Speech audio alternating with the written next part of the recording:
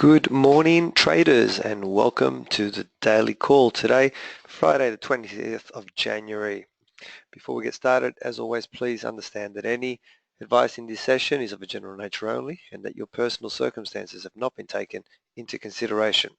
Okay, so let's have a look at what happened overnight.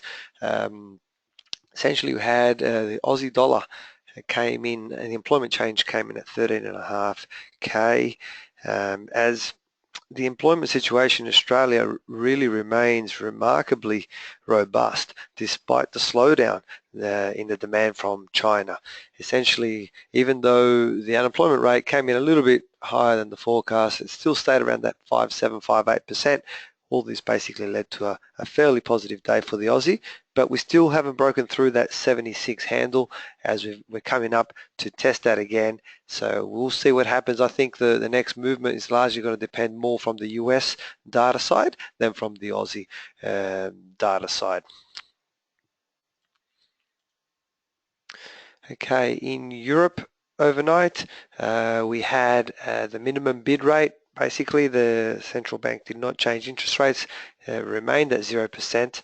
But what was interesting was that the European Central Bank basically kept its super easy monetary policy unchanged. And the market took to it rather well as the euro maintained pace, and we're still holding at that 106 level, and it's threatening to perhaps start a change of trend and move higher towards that 108, 110. Still a little bit early for that, but the signs are that perhaps we have reached some kind of a bottom, and we'll have to just see how it plays out over the coming weeks.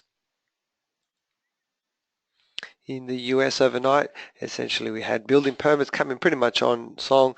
The manufacturing index was stronger, but the big one was the unemployment claims. Came in at 234, which was significantly lower than the forecast. So that's actually very positive news for the economy, and essentially those unemployment claims fell close to their lowest level since the 1970s, which is consistent with a still improving labour market as the dollar really solidifies perhaps what may have been that retracement in that low.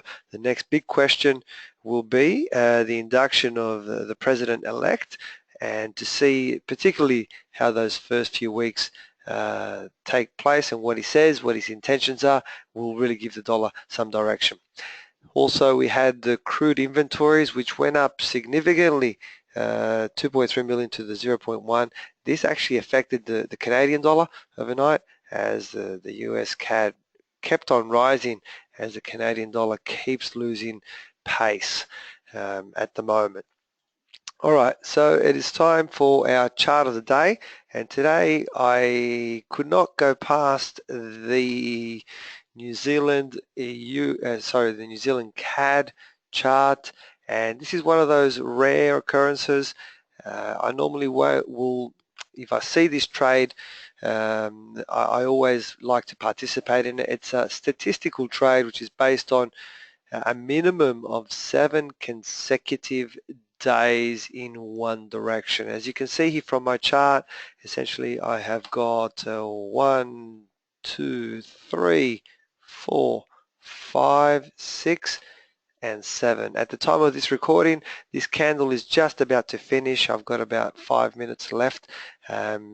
So it's going to end up being a 7 consecutive days. So the way that you normally trade this, it's not we're not trying to trade it all the way back down or anything like that, but it is a reversal trade. At the open, we basically take a short, we have a shallow stop and a shallow target. So really what we're looking for is we're just looking for a red candle. We're not trying to hit one over the fence. It's a purely statistical trade. Every time I see it, I like to participate in it.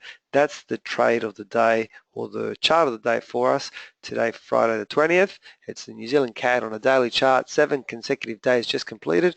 So you really got to jump on this early. So if you catch this video late, it may already be over. Okay.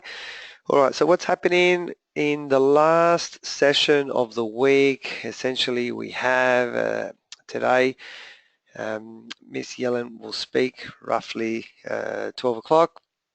At 1300, of course on my time is Australian Eastern Standard Daylight Savings Time.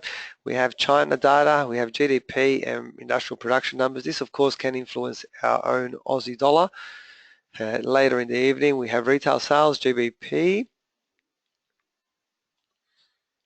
And after midnight we have some more CAD news, which is retail sales and CPI. Now the CAD's been taking a bit of it's quite volatile this week. It's been affected by many things, so this should be no different.